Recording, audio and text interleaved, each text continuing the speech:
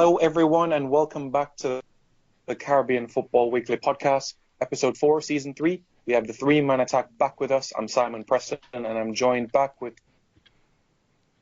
Nathan Carr and Santokie Nagulendran. Nathan, it's good to have you back, my friend. Yeah, thank you. It's good to be back. Obviously, unfortunately, last week there was a few technical faults, so I wasn't able to come on the show. But it seems like you guys held the fort okay while I was away. Yeah, it turned out quite well. Santokie, how are you doing? You wrote a very nice piece about Guyana and transfer markets in January. How are you doing? Yeah, I'm doing fine. Great to have the three-man attack, the podcasting equivalent of MSN, back ready to give you Caribbean news. And thanks for the praise about the Guyanese football article about transfers not only in Guyana but also in the Caribbean. And you can find that on Nathan's wonderful blog, the home of CaribbeanFootball.com, if you're interested in reading that. All right, cheeky little plug there, no problem whatsoever. As we know, as usual, we're going to get things off started with some news. Nathan, you want to kick us off? Yeah, so the news I'd like to start with is domestic-based. Firstly, Islanders FC have mathematically won the BVI National League with a match to spare. They beat Rebels FC 2-1 last weekend. The goal scorers for them were Fitzroy Daly and Avondale Williams. Now, some listeners might be familiar with Avondale Williams. He's the head coach of the British Virgin Islands national team, and it would seem that I think it's that Avondale Williams. He's still playing at 39 years old. So yeah, he scored the winner, and they'll be presented with that trophy today. There's 8 clubs that play in the BVI National League, and also Central FC from Trinidad and Tobago, who we've discussed recently when talking about the CFU Club Championship. They could create history if they beat San Juan Jablate later today by claiming 3 Pro League titles in a row. So Central were founded in 2012, and they've had a lot of success since their foundation.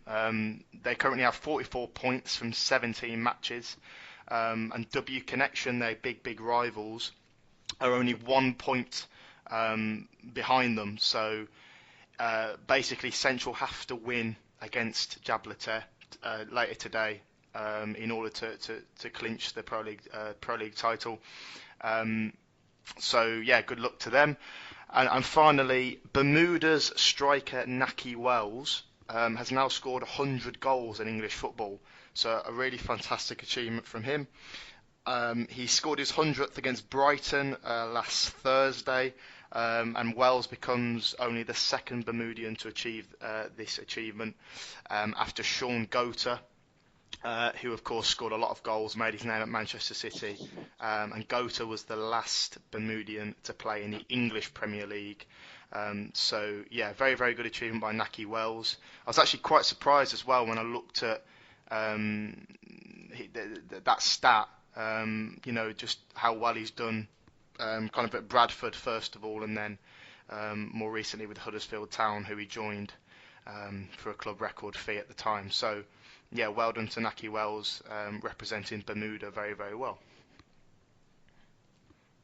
Thanks very much, Nathan. Yes, it was very interesting. And if you look at that sort of mini table where you compare him last 5 or 6 seasons in England and the caliber of players that he's in the Football League, from the Premiership to League 2, of the players that he's amongst in scoring that amount of goals, the likes of Rooney, Aguero, Drogba, he's in good company as it amounts to cumulatively the number of goals scored. So absolutely brilliant news for this Caribbean player. Santokie, anything your side? Yeah. Last week, CONCACAF announced that the Gold Cup playoff between Haiti and Nicaragua would take place in March during the FIFA international window. So the first leg would be March 24th and the second leg would be played on March 28th. This past Friday, they held a draw to determine the order of matches for the two-legged tie. And the result of that draw is Haiti will host the first leg on March the 24th, and then they'll go to Nicaragua for the second leg on March 28th. So I don't know what you guys think about that, but I think it gives a slight advantage to Nicaragua. They'll have the home tie, second leg. They'll know exactly what they need to do at home, and that gives them a slight advantage, in my opinion. Mm. Yeah, Yeah, I'll just say I'll kick this off by saying that I would prefer, as a Caribbean team, to have the second leg at home.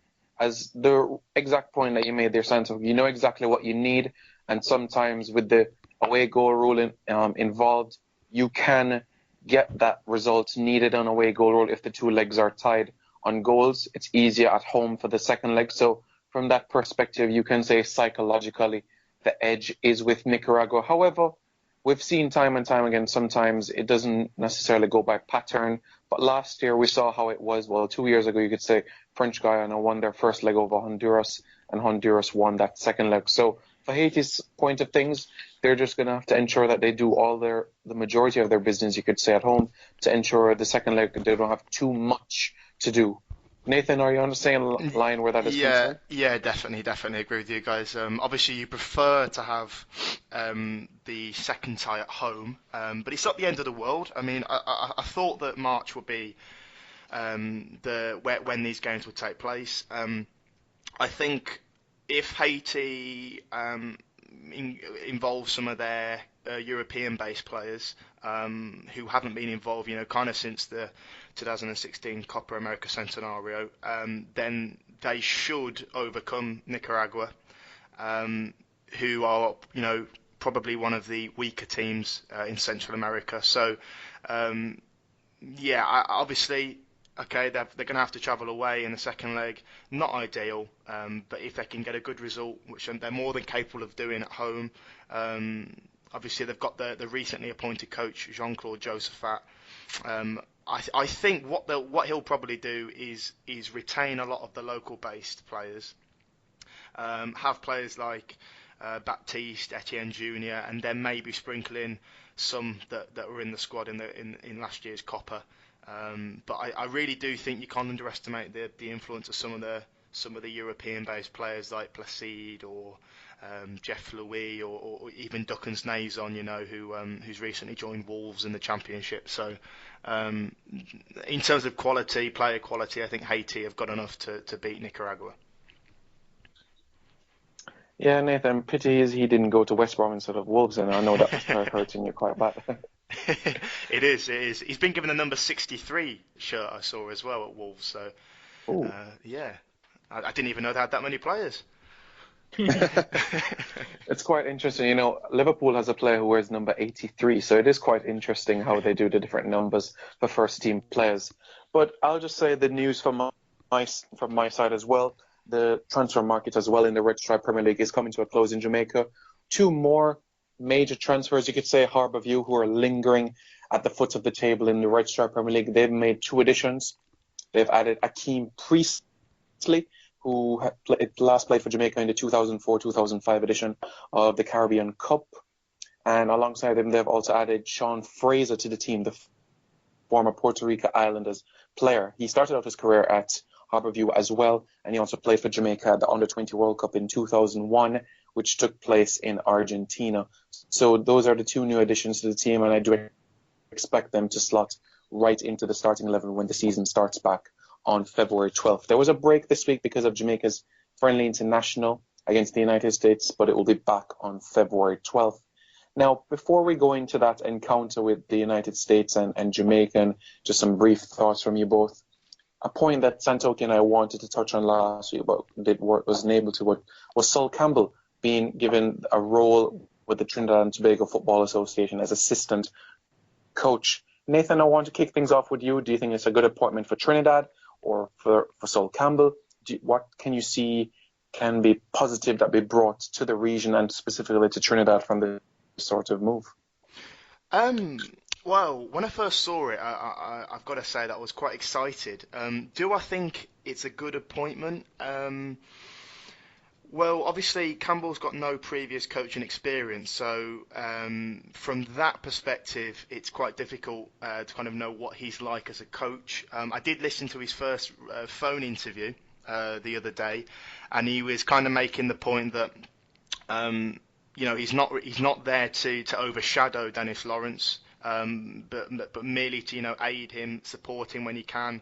I think coming from a European background, he'll perhaps bring a little bit more professionalism. This is a guy, that has played in, I think, 6 major tournaments, 3 World Cups with England, and invincible with Arsenal. So, it's a fantastic pedigree as a player.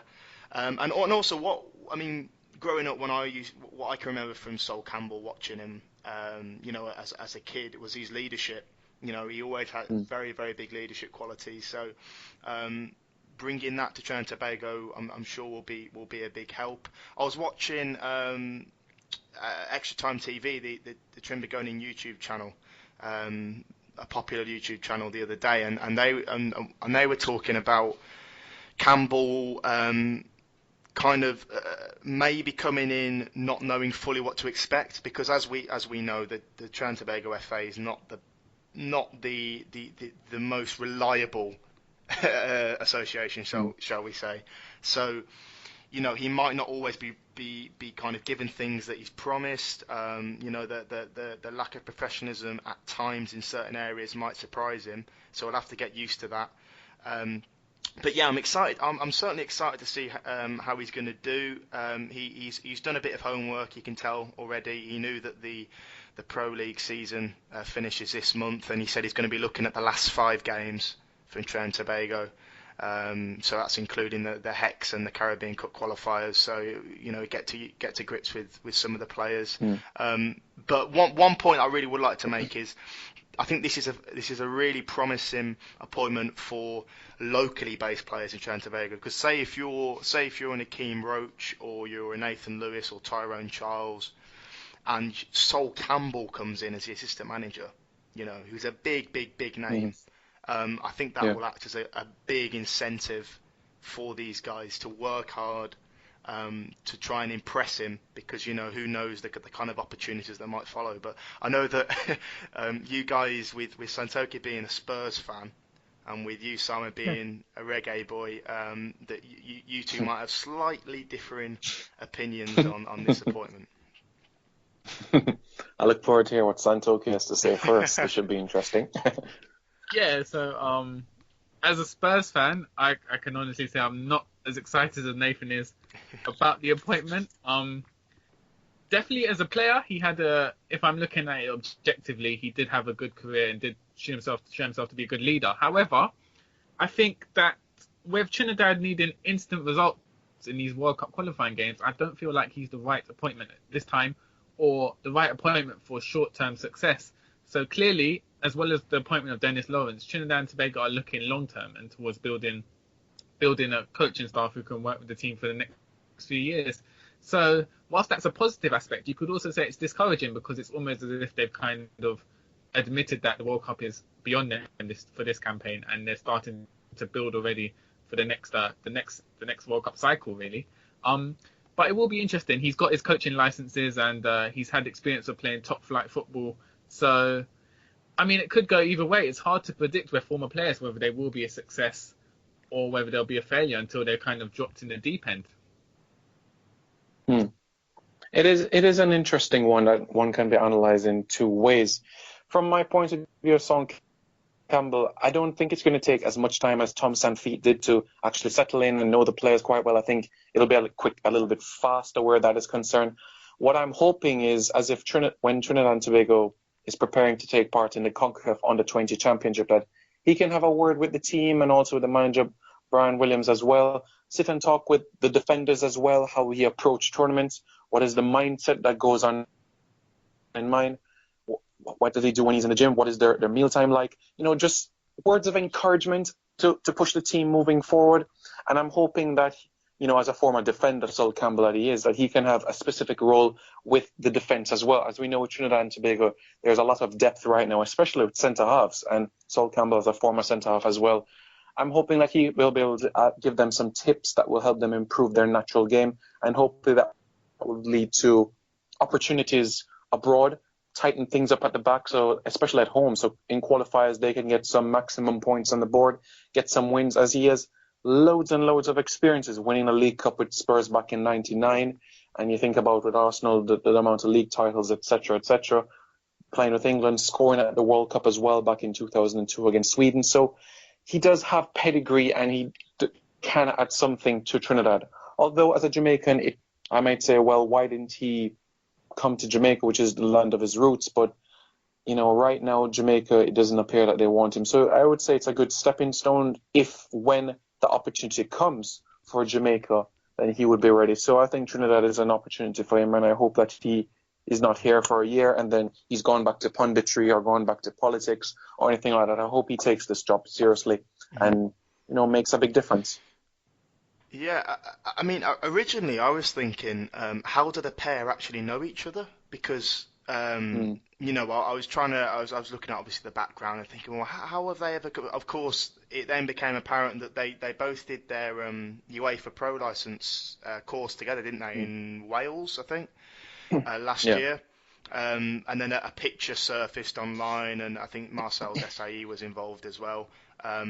So clearly they must have got to familiarise with each other at that UEFA Pro license course, and then from there. Lawrence has obviously had him in his mind. I think I read as well that Thierry Henry got involved because Lawrence was working at the Belgian national team for Martinez, and Henry's also works at the Belgian national team. So Henry got Campbell on the phone and was able to kind of persuade him to join Trinidad and Tobago, which I thought was quite interesting. It's also interesting that the Trinidad and Tobago have kind of pushed the boat out in terms of, I'd imagine Sol Campbell would be getting a decent salary for this position. And they've also unveiled the women's coach today, Carolina Morris. So they unveiled her over the weekend, and it was revealed that she's going to be getting $25,000 per month. So with the issues of Stephen Hart not getting paid, players not getting paid, it is slightly strange that suddenly the Trinidad and Tobago Football Association have found a substantial amount of funds to pay coaching staff now, or maybe their ambitions have kind of grown over the past few months. I don't know if Sol Campbell would be on a great deal though. Really, I think it's more. I don't know this for sure, but I would imagine that Campbell has probably taken a pay cut, definitely compared to what he could get in Europe. Yeah. One of the a League One or a Championship club, more just kind of for the experience and for him to get his name out there in international football. That's what I think. I'm not sure he'd get too much really.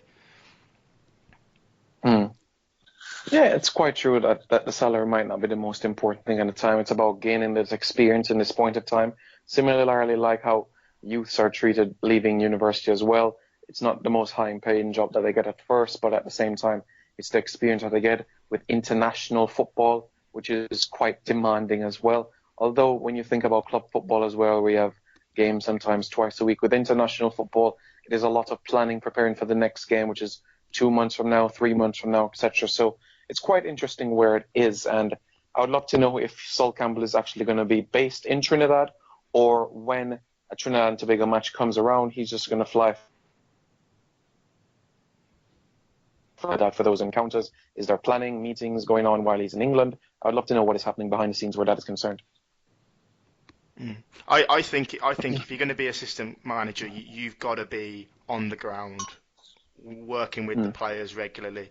I just don't think it's conducive if you're across the Atlantic, and then you only kind of show your face when the big games come around. I don't think that sends off a good vibe at all, personally.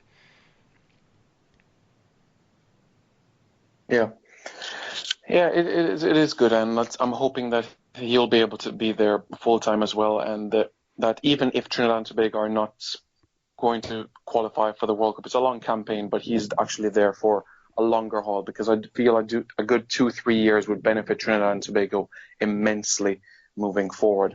Now, the next thing that I would like us to cover is that friendly international that took place on Friday in Tennessee, the United States taking on the Jamaicans. Santokie, were you able to see any highlights of the game? Is there anything that stood out to you by any means, or anything from the American side? Well, I did manage to catch highlights, if you were to call them that. It did seem to be a non-eventful game in terms of chances and excitement in the match. For Jamaica, I mean, Jamaica if I'm honest, were very disappointing. I didn't see much from the local players to kind of encourage me. I mean, there was one chance in the match, I believe it was from Corey Burke on the left wing. Yeah. He had a good chance, and it fell to Mauricio Campbell, who kind of fluffed up the opportunity. But other than that, I kind of felt like Jamaica were non-threat to the Americans, and kind of they didn't pose. There was no real chances to score. They kind of didn't ever push forward, and USA always had the match in control. And USA themselves obviously were playing a young team as well, locally based team, and they did kind of go through the motions. It felt more like a training game than an actual international friendly. I don't know what you guys' opinion on the match would be. Nathan? Yeah, I'd agree in the main what Santokie said. I think the fact that both teams were kind of filled in slightly experimental lineups, particularly the US. I think they gave several debuts, didn't they, to some of their players. I mean, it was a much different lineup to a Jamaican lineup to when the two teams last met in the semi-finals of the Gold Cup. That was when Jamaica had their European-based players in there, so Wes Morgan, Michael Hector, Cleary, Mariappa, Barnes. So, Jamaica's squad here was exclusively made up of Red Stripe Premier League and USA-based players. In terms of the game itself, particularly I didn't catch the game live because of connection issues on my end, but I've caught up with some of the highlights and some of the extended footage. It seemed like a solid enough team performance in Jamaica, but nothing truly amazing really from them. Occasional flashes of promise from Corey Burke, I thought, who had a good game. Oniel Fisher looked good from left back, which I think is promising for Jamaica because I know a couple of years ago I wrote that Kemar Lawrence could hold down that left back spot for years to come. There was no real competition for him. Oniel Fisher looks to be a very competent, speedy left back who could provide some competition to Lawrence, who was injured just before the game. Damien Lowe, I thought, looked impressive at centre back, read things quite well. And Ewan Granderson, who I know, Simon, you've compared to Michael Carrick, he's certainly not afraid to get stuck in the centre of the park. So there were a few individual performances that caught the eye. I think in the second half, though, the substitutions that Whitmore made, that kind of disrupted the flow of the Jamaican team a little bit. Obviously, US scored just after Andre Blake came off, and Ryan Thompson came on in goal. That was kind of a lot of subs came on. I thought it was good to see the youngsters Nicholson and Fletcher given their senior debuts. Particularly a lot's being made of Jordan Fletcher, who I believe only made his Red Stripe Premier League debut last month. But it's been a bit of a sensation in schoolboy football in Jamaica. Simon, you might be able to give us a little bit more insight into him. But I thought, it was good kind of signs for the future that those two were given run-outs. But overall, a bit of a drab game. Obviously, the US were kind of hyping it up a bit more, I think, using it as World Cup qualifying preparation. But for Jamaica only to lose 1-0, I think, wasn't the end of the world. Yeah, I understand what you're saying, Nathan. And just for all the listeners out there as well, I did a match day vlog for this game. So if you have the time, please go ahead on Reggae Boyz commentary and you'll see the match day vlog for the game between the US and Jamaica. I'll say that if there was any chance to beat the United States, it would have to be on Friday night because the Americans are still in a wounded state from their first two games in the World Cup qualifiers. They have a Bruce Arena who I believe is the best coach the Americans have right now. He's a man who can settle teams quickly and he knows the system quite well. He was the coach back with the States back into 2002 World Cup qualifiers, and he knows how to manage against Caribbean teams. He's aware of our pace and our physicality, and he tries to neutralize us to a T. And I feel last night was a perfect opportunity to get at them, but we didn't make use of the opportunities that we had. And by the next time we face the Americans, maybe the Gold Cup, I think they're going to be in splendid form. And let's not forget this Bruce Arena team. I think they're going to go places as well. Under Bruce Arena, the US has reached the furthest in the 21st century at the World Cup. I mean, they went to the 2002 World Cup quarterfinals only to lose out to Germany on that occasion. Now, speaking about the Jamaican side of things, I am very excited that the youngsters, Jordan Fletcher and Shamar Nicholson, were able to get debuts. It's the first time since 2004 that two teenagers made their debut at the senior level for Jamaica. So it speaks volumes of the young talent that has not been given the opportunity here in Jamaica, and they really did deserve it. You look at Nicholson, 10 goals in 18 games with Boys Town, and you look at Fletcher, 35 goals in the schoolboy league. So these are players that deserve more minutes under their belt. I think 7 minutes was not too much to give them an opportunity, but I'm hoping for that game against Honduras that they'll be able to at least get 45 minutes under their belt. I think that will be a fair justification from them, even if it's 2 or 3 chances that they have. That will be enough for me. But as where the first half was concerned, we just soaked up pressure. We didn't play as well as we should have. Granted, this team has only been in camp for 2 weeks compared to the United States that has been camp since the start of January. So it goes back again to preparation, and we've talked about it time and time again. Caribbean teams preparing for tournaments like the CONCACAF Under-17 and Under-20 Championship. We can't put together teams 2 or 3 weeks before a tournament and say, okay, we're going to beat this team and that team. The US, the Canadians, the Mexicans, the Costa Ricans, they're in camp from the start of a year straight for the rest of the year. And these are teams that are together from the under-15, under-17 levels. So that chemistry and cohesion is spot on. Here at the Caribbean, I'm just throwing 22 players together and expecting them to work miracles overnight. It's not going to work. It's not going to work. So a 1-0, a fair result at the end of the day from my standpoint. Mm-hmm. And did anyone, particularly from an individual perspective, catch your eye? I mean, obviously I mentioned earlier Corey Burke, O'Neill Fisher, Damien Lowe. Yeah. Right. Anyone kind of catch your eye, both of you guys?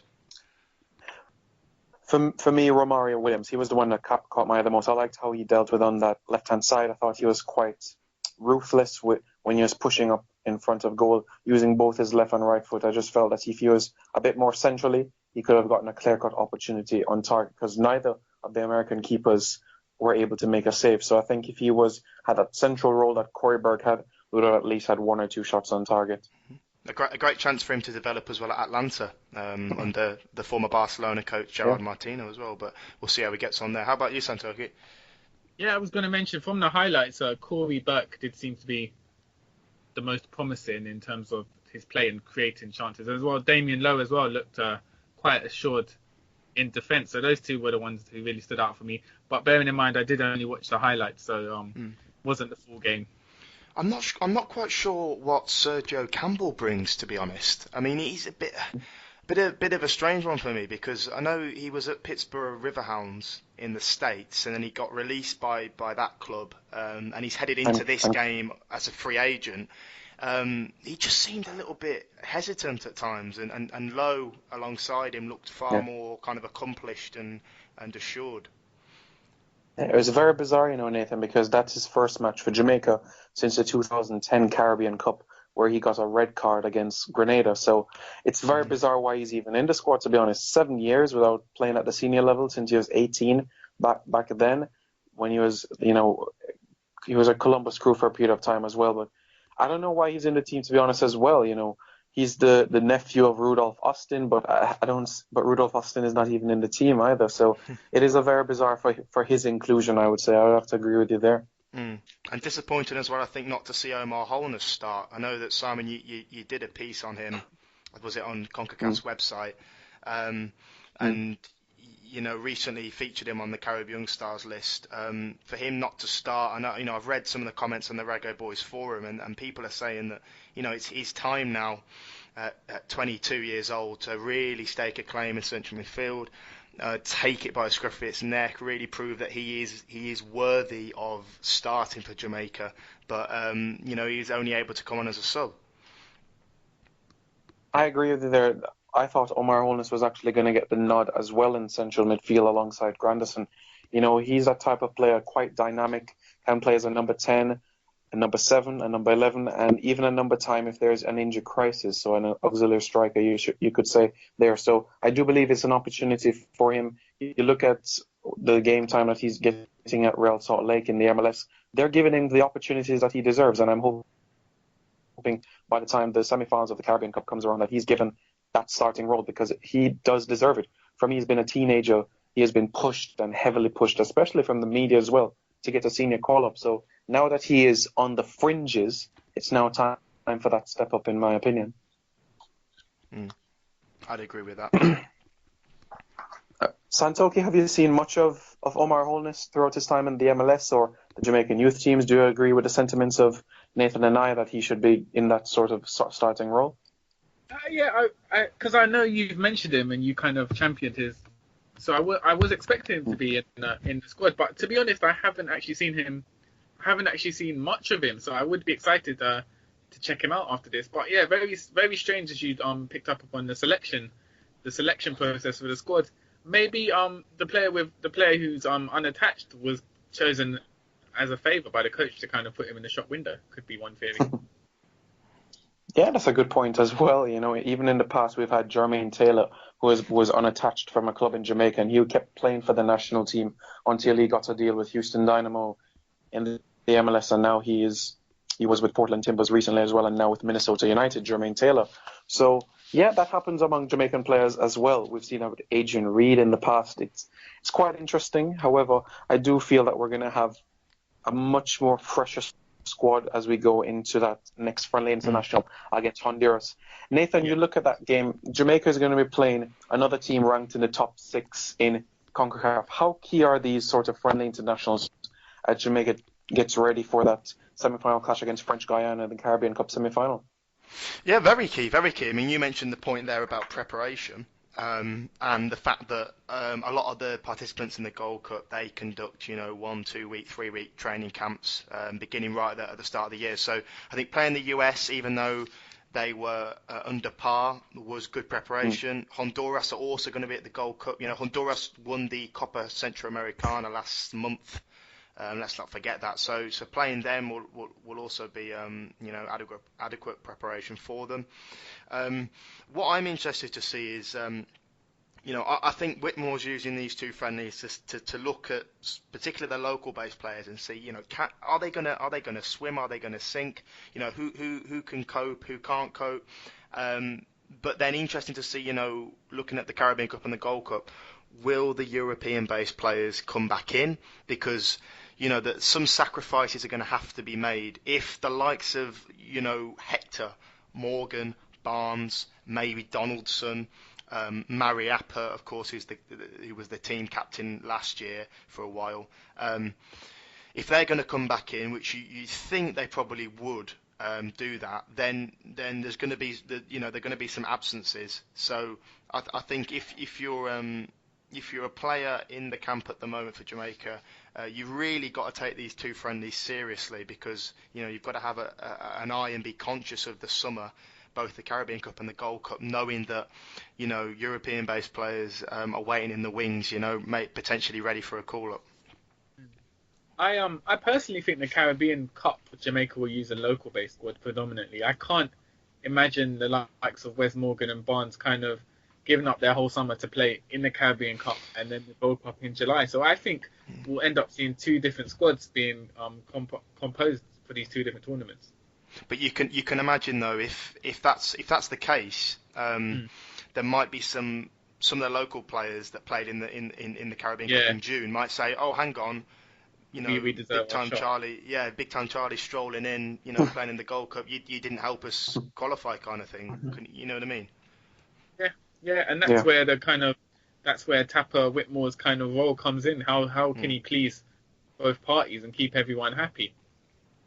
Yeah, it's a good point you made there too, Nathan, as well. In the 2014 World Cup qualifiers as well, when Jamaica advanced to the Hex, Lovell Palmer was our starting right back, and as soon as the Hex came around, Sean Cummings, the former Reading man, was our right back. And he was stressing to the media as well, why is he being casted away? And from that, he retired from international football. So not only the local-based players, but Jamaican-born players who play overseas, they're quite frustrated when they see UK-born players come and take their spots in the team, so to speak.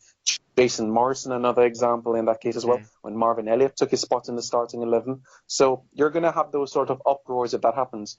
My personal viewpoint in the matter, I think we're going to have our MLS or American-based players, you could say, play in the Caribbean Cup, and in the Gold Cup we're going to see some UK-based players, the Mariapas, the Morgans, the Hectors, hopefully the Barnes as well. That's what I think going into this tournament. That's what I would have.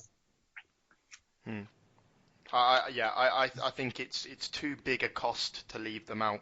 Not to for that to be a criticism of the local and based and American based players, but I just think that if you've got the likes of Morgan, experience that he brings, Hector, we've mentioned their names, McCleary. If you've got those players at your disposal, you really do need to use them, I think. Exactly. It does. And you look at those players as well. They're flying as well in current form right now. You look at Reading, that's doing quite well in the championship, still in the playoffs position, but could be in the promotion position quite soon. You look as well at Hector, who is out in Germany in the Bundesliga as well, getting minutes under his belt in a very demanding league as well. You look at other players that may be on the fringes as well, Joel Grant, Theo Robinson, that just moved to League One with Southend United, there with Phil Brown, the former Hull City manager. So players are getting back into their rhythm. Adrian Mariappa is back in training with Watford after he suffered an injury a few months ago. So things are starting to click their side. So the local players, I feel, have to be on their toes. And that Honduras game is their last opportunity. It's the final dress rehearsal for them to say who are going to be the core players moving forward from the national team into the big two tournaments coming up. Yeah. Mm-hmm. One thing I'd like to ask you both as well, the JFF has said that Whitmore will be in charge for Jamaica's two friendly and internationals against the Americans and the Hondurans. Nothing has been said as yet as it relates to the CONCACAF Gold Cup or the Caribbean Cup as yet. Would either of you continue with Theodore Whitmore or go slightly in another direction? Santokie, what do you think?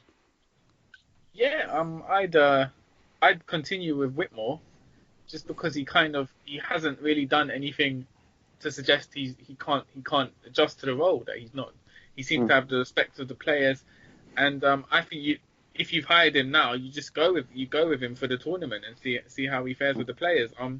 It also depends on what alternatives, as with any management job, what alternatives can you get? I mean, obviously if a top caliber manager suddenly becomes available and is willing to coach the Jamaican team, then I guess you'd have to look at it objectively and kind of take the risk and hire the top coach manager on the basis that they can get better results than Whitmore. But personally, I would stick with Whitmore, just because you've given him the role.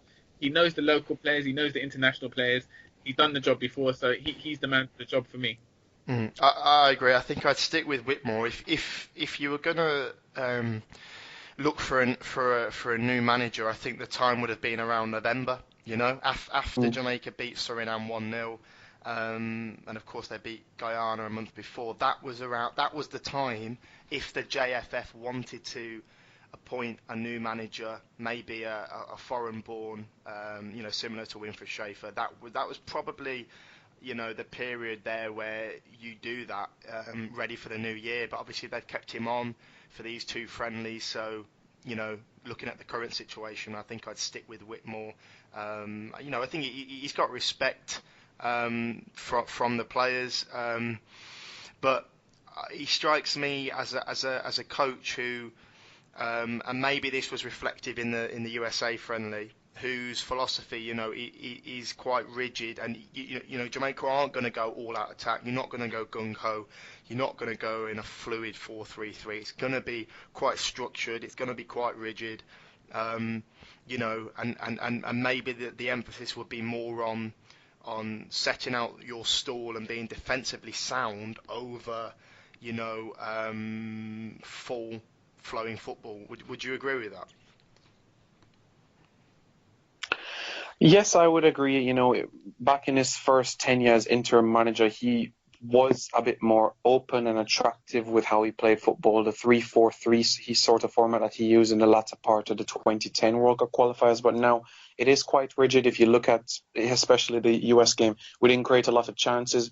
We were just resolute at the back, tried to neutralize and mop up all the threat that the Americans possessed. So yes, it might not be the most catching on the eye, but moving forward, it is something that can be effective in getting results, especially against the top guns in CONCACAF. I'm not sure what Santokie thinks on that idea.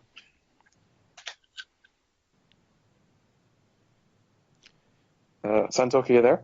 Oh, yeah, sorry. My sound was cutting off. Could you repeat that? I was just saying if you agree that that rigid system that Nathan was talking about, if you agree that it's something that could get results for Jamaica once given time.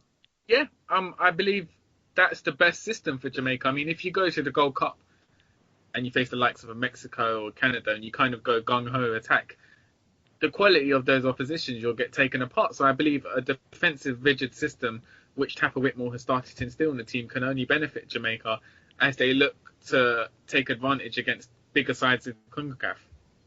I think, having said that, I think in the Caribbean Cup, maybe the approach would be slightly different, though, because they'll be playing French Guyana, who, all due respect to French Guyana, they are not in the same league as a Mexico or United States, are they? So, I think the onus would be more on them to attack, I think, against French Guyana, against, a Curacao or a Martinique, rather than when they go into the Gold Cup. So I guess you could argue that, it varies from opponent to opponent.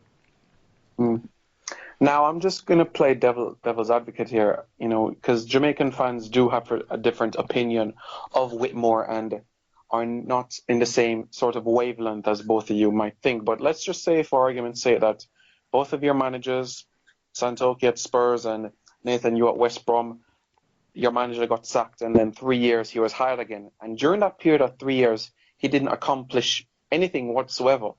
How would you feel? I understand club football is different from international, but it is quite lukewarm, the sort of feeling that it would be to bring back a manager that in the past, failed, you could say, in his last campaign, the 2014 with Jamaica, where we were not, it was frustrating watching us play and the results were not coming for us. Now, we're going to come up against some big CONCACAF teams within the next couple of months, so you can understand the frustration from Jamaican fans.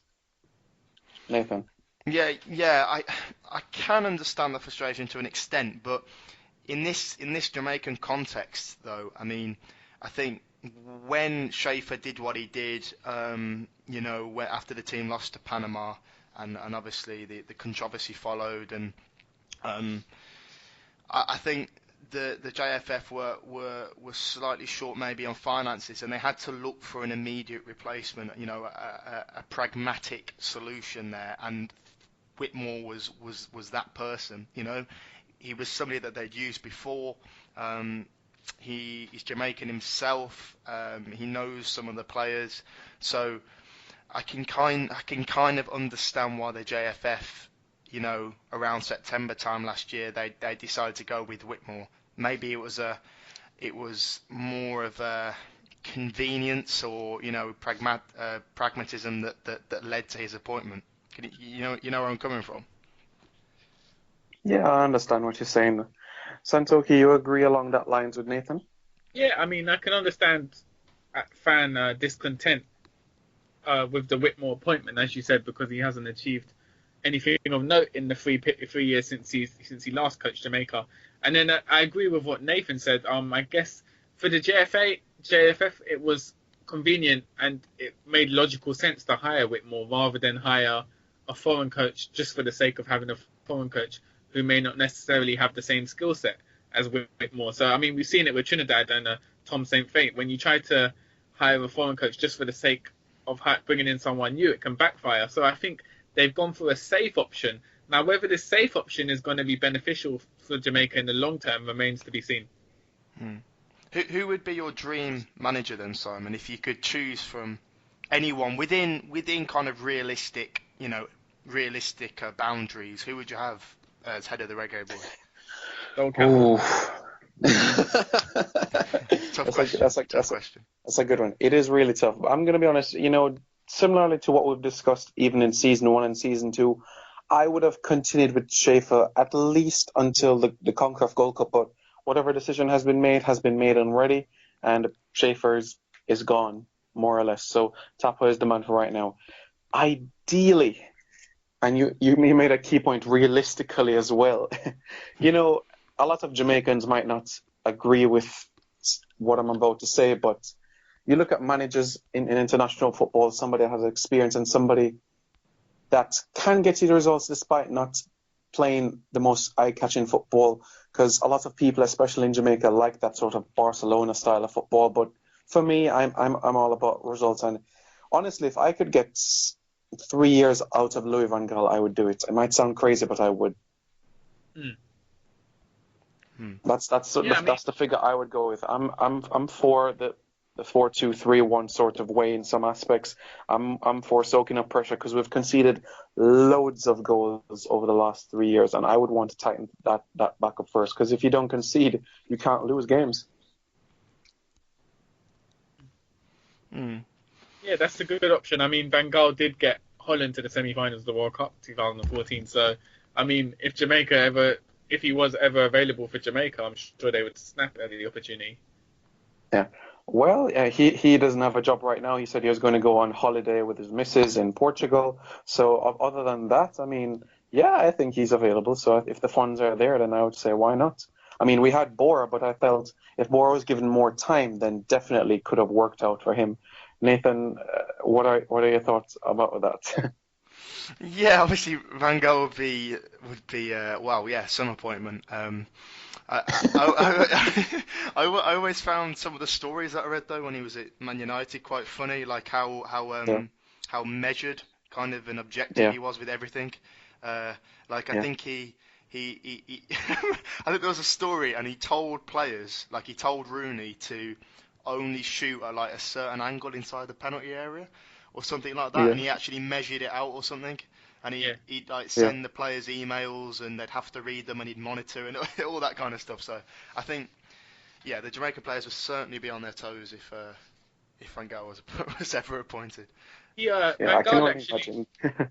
Go ahead, Santokie. He was actually a school teacher, I believe, for the first 20 years of his coaching career, because obviously in Holland in those days it didn't pay full-time salary to be a coach. So he used to be a school teacher, and then in the evenings he would go do his coaching at Sparta Rotterdam and then Ajax.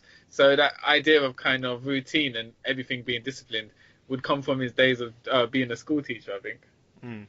Likes the word philosophy. Yes, that's right.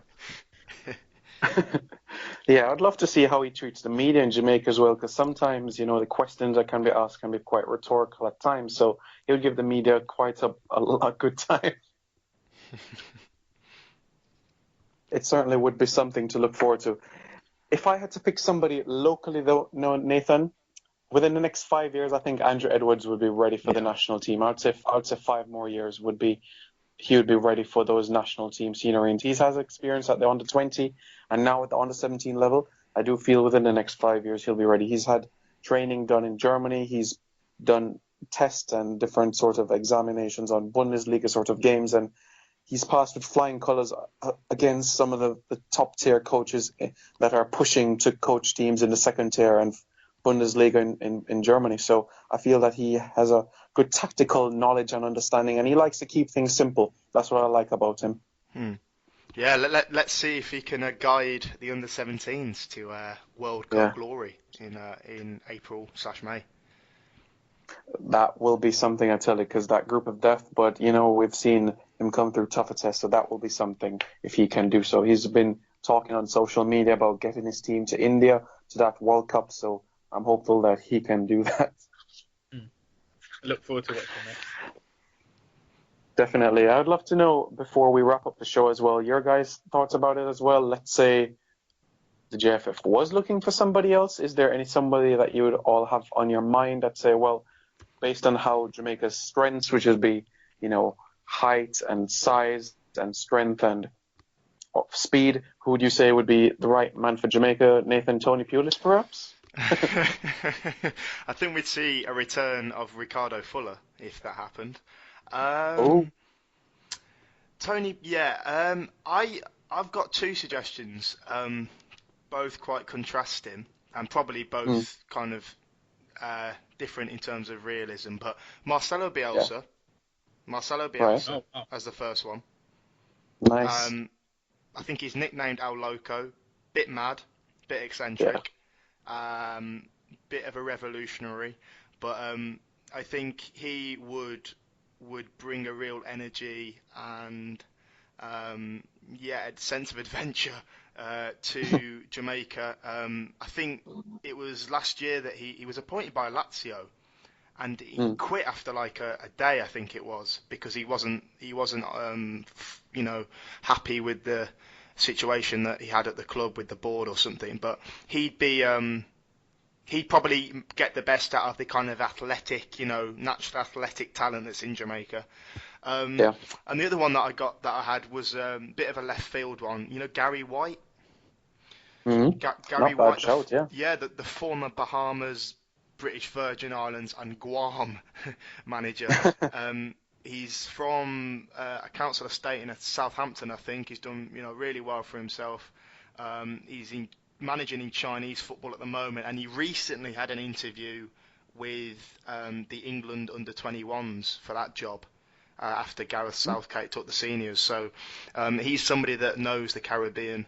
And actually, I think not just Jamaica, but generally, he would do a really, really good job at a Caribbean country, Gary White would. It's an interesting shout. Before I get to Santokie, let me just say as well, a nice person that would be thrown into the hat, you could say, so to speak, is former England under-19 manager as well, Noel Blake, who was actually born in Jamaica. I think he would be a good shout for the under-20 level, since we've failed on the under-20 campaign. It's interesting you say that, Sam. I think Grenada were at some point interested in recruiting Noel Blake. I think he's got Grenadian ancestry. Yes, something like that on his father's side, I believe, yes. Mm-hmm. How about you, Santokie? Santokie? If I was to pick a dream manager, so any manager available in the world, without being too biased, I'd go with Pochettino, just because he's shown interest. Yeah, he's shown a consistent ability to kind of take youth players, especially from local academies, to kind of mold them into his vision. So I could imagine him being the type of manager who would base himself in Jamaica and go to watch Red Stripe Premier League games as much as he could and just pick young players and gel them into what he wants. Do I think he would actually be a better fit for Guyana, to be very honest with you? How he wants teams to play and stuff. I think he would be a decent fit for Guyana, to be honest. I'm not sure what you think about that. In terms of philosophy? In terms of philosophy, right. From grassroots up.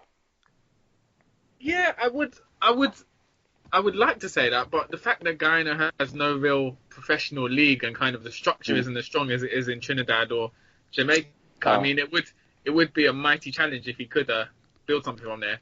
But yeah, in a dream world, I could only imagine Pochettino coaching Guyana one day. You never know. Football is a funny world, I tell you. You never know. Also, I was going to say, Chris Powell, is he? I don't know if you know Chris Powell, the assistant manager for Derby. Is he of Jamaican origin? Because he's a coach who I feel he's done a good job at Charlton, and he's kind of fallen into the assistant role. But he's someone who I believe would be a realistic target, especially if he is of Jamaican origin. Yeah, I know he has Caribbean roots for sure, but there's that Caribbean island, I'm not sure. But I do remember him as well. He was with QPR as well as interim manager as well. I remember him, one of the few black coaches in the Premier League as well, with Chris Hughton at a period of time. So, yeah, he's a decent shout. I like him. I think he was Huddersfield manager for a little bit as well, if I remember. He was Huddersfield before Wagner took over. Yeah. How about Tony Mowbray? Yeah, he could manage French Guyana, give Marc-Antoine Fortune a call up. You never know. Yeah. You also remember Jimmy Floyd Hasselbank's also a free agent at the moment, having got sacked by QPR. Yeah. That's a good shout. Yeah, it is a decent shout, isn't it? Yeah, but it's a good point you made, Nathan, because unfortunately he's 35 now. You'd think that he's on the last lap, you'd say, of his career. So why not? Yeah. Yeah, we'll see. We'll see for the summer, but there's Fortuna. There's also Florent Malouda, as we've discussed before. Veteran now, but would he be called up? We'll see. we'll see. Yes, definitely a lot of action and exciting stuff to look forward to in the future, especially in the next couple of months or so. Well, that has been episode 4, season 3 of Caribbean Football Weekly alongside Santokie, Nagulendran and Nathan Carr. Guys, Nathan, any last words you'd like to say before we head out? Not particularly. Thank you again for listening. Yeah, and I've just came into my mind, Simon. How was lifting the FA Cup, by the way, a couple of weeks ago? That was a wonderful moment, to be so close to a trophy that it's the oldest cup competition on the planet. It was nice. It was a wonderful sort of feeling to actually see it in person, because I haven't been to England in 10 years or so. I'd love to see it when I'm actually in England, but it was great. It was just like when the World Cup came a few years ago in Jamaica back in 2014. Large crowd, huge atmosphere. It was at the showing as well of a game Stoke vs Man United as well. So all the Man United fans came out in their numbers. Even a few cheeky Gooners fans were there as well. So it was a nice atmosphere for sure. How was the game on the weekend for you though, Nathan? Was your heart with West Brom or Stoke? Oh, definitely with West Brom. Definitely. They've been a bogey team for us of late, but we've been doing okay against them. Although I'm sure you guys and the listeners saw Berahino didn't get a great reception. Can imagine. Yeah, just a few boos when he came on. Just a few. Wonder why. A few. Yeah. Yeah, but that's all right. He will move on to greater things moving forward. Santokie, not a bad win over Borough over the weekend, right? But Borough doesn't concede much goals, so you'll take a 1-0 all day long, right? Yeah, good result for Spurs. Take the 3 points. It was more of a job done kind of match rather than a great performance. And looking forward to playing Liverpool next weekend, who are on a unbelievable losing streak at the moment. Yeah, you never know what could happen in this league. Spurs winning the league, West Brom in 7th and Europa League. Anything can happen by May, June, thereabouts. Yeah, exactly. That would be the dream for sure. Happy birthday, Nathan, by the way. Happy birthday to some weird things just entering my mind at the moment. To Bob Marley for tomorrow, who would have been 72. So okay. Happy birthday to Bob Marley for tomorrow. That's right. He was born 1945 in Jamaica. You know what's interesting? His father, Norman Marley, is a Scouser from Liverpool. Quite interesting. Really? Yes. Ah, okay. I didn't know that. Yeah. So his mother is a Jamaican, his father is English. Yeah. So you could say the roots of Bob Marley is in Merseyside. But quite interesting. That's where he got his football skills from. Interesting. Yeah, but if you look on like some Google images of Bob Marley, you'd actually see him in a Spurs shirt, so it's quite interesting which team that he supports. A lot of people say he's a Spurs fan. Yeah, I mean, we won't hear the end of it. I always had a feeling that Bob Marley was a smart guy. No bias. Yeah, he was smart. No bias at all there. Yeah, decent. And also, yeah, Nathan, as you know, you weren't on the show last week as well, but we're discussing a bit about Lindy De La Peno. And he did an interview with media personality in Jamaica, Faye Ellington. And he was saying that he turned down a move to Man United after he won the league with Portsmouth. And he just said he had a bad feeling as well. He wanted to be loyal to his club that gave him that opportunity after being in the army so many years. And literally a year after turning down that move, it was the plane crash. And tomorrow is the 59th year anniversary of that Munich air disaster.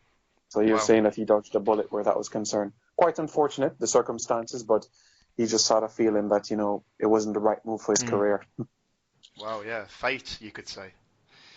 Fate, you could say. But definitely he did have a rewarding career, you could say, winning the league title, top scorer at Middlesbrough, so an outstanding servant to the Caribbean. All right, guys, thanks very much. It's always a pleasure speaking to the two of you. And to all the listeners, stay tuned for episode 5 next week.